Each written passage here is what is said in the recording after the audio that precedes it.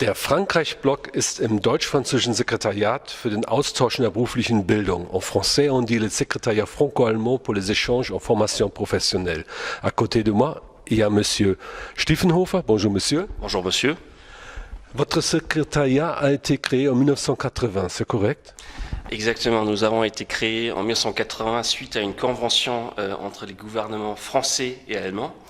Et donc nous sommes le secrétariat franco-allemand pour les échanges en formation professionnelle qui s'occupe des échanges, comme dit le nom, des échanges professionnels dans la formation initiale et la formation continue entre la France et l'Allemagne. Vous êtes une institution binationale?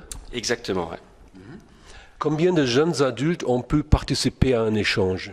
Alors, par exemple, l'année dernière, nous avons eu 2000 jeunes français et allemands qui ont participé aux échanges, un peu plus que 2000. Hein. Et si on prend en considération les chiffres par pays, nous avons un peu plus de 1000 jeunes français et un peu plus de 1000 jeunes allemands qui participent au programme, plus, on va dire, à peu près 300 personnes par pays qui sont les personnes qui encadrent les échanges. Donc le plus souvent, ce sont des équipes pédagogiques des établissements qui sont là. Donc ça fait presque 3000 personnes par année qui peuvent donc faire des échanges avec nos financements. Comment est-ce qu'on peut s'imaginer cela? Un jeune qui voudrait faire un échange s'adresse à vous ou à qui? Voilà, alors un jeune s'adresse à nous, c'est-à-dire c'est plutôt l'établissement de formation. Donc en France, ça va être un lycée professionnel, un lycée technologique ou un CFA. S'adresse à nous, dépose une candidature dans notre secrétariat. Et donc après, on va mettre en relation cet établissement français avec un établissement allemand. Et pour faire une mise en relation et ensuite planifier un échange entre les deux établissements français et allemands. Ces échanges concernent tous les métiers. Alors voilà, on a un large éventail de métiers qui sont représentés dans le cadre de nos échanges, à peu près une cinquantaine de métiers. Voilà, ça va, on va dire, de la formation du boulanger jusqu'à la formation pour le mécanicien en automobile. Ça couvre, c'est assez hétérogène. Ça va de la gastronomie jusqu'au service, l'hôtellerie, le tourisme. Donc toute la panoplie de métiers est là et c'est quand même un chiffre c'est un chiffre qui nous encourage puisque cette année nous célébrons le 100 millième participant depuis les 37 ans que nous existons. Donc pour nous c'est un chiffre très positif. Alors les échanges s'adressent surtout à des apprentis, Azubi? Voilà, alors en France, ce sont les apprentis dans les CFA et les élèves donc dans les lycées professionnels et les lycées technologiques. Et en Allemagne, ce sont le plus souvent, comme il y a le système dual, donc das duale System, où ce sont des Azubis, donc l'équivalent allemand des apprentis. Et quelle durée a-t-on prévu pour les échanges? Alors, il faut savoir que nous avons des durées minimum pour chaque échange. Donc, pour les échanges en formation initiale, il s'agit d'une durée de 3 semaines minimum. Donc, la plupart des échanges que nous finançons durent 3 semaines.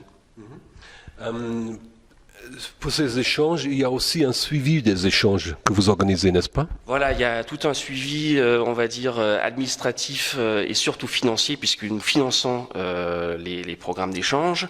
Donc il faut savoir que nous sommes une équipe franco-allemande bilingue basée donc à Saarbrück et nous sommes en contact avec les établissements et on met, comme j'avais dit tout à l'heure, nous mettons en relation les partenaires français et allemands pour qu'ils puissent faire un échange.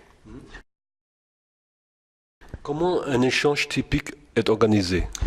Alors, si on part du principe qu'il y a une durée de 3 semaines, donc la plupart des échanges durent 3 semaines.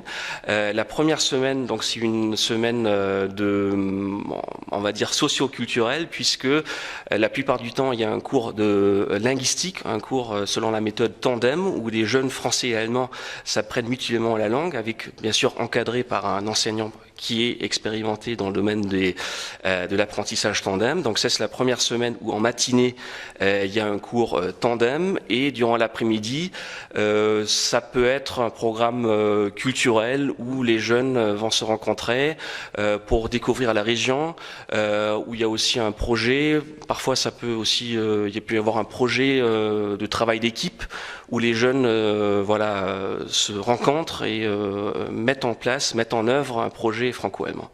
Et les semaines, donc, et les deuxième et troisième semaines sont les semaines de stage. Donc, dans le cadre de ces stages, les apprentis et les élèves sont toujours en binôme, donc toujours un Français avec un Allemand, et ils se rendent dans les entreprises et s'échangent et apprennent des choses ensemble, et apprennent surtout comment fonctionne le système d'apprentissage et de formation dans notre pays, et les manières de travailler et tout le cadre culturel, on va dire. Distinguer entre la formation initiale et continue. Voilà, alors il faut savoir que notre programme donc est exactement en distingue, parce que d'un côté il y a la formation donc initiale, et dans le cadre de la formation initiale, donc comme j'avais dit, c'est une durée minimum de 3 semaines avec un groupe qui doit être composé de au moins 8 personnes.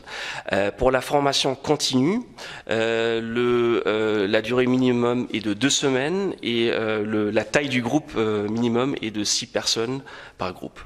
Vous dites minimum, est-ce qu'il y a des échanges qui durent plus longtemps? Et il peut y avoir des échanges qui durent 4 semaines, voire plus, mais si on regarde les statistiques, la plupart des échanges sont quand même sur 3 semaines.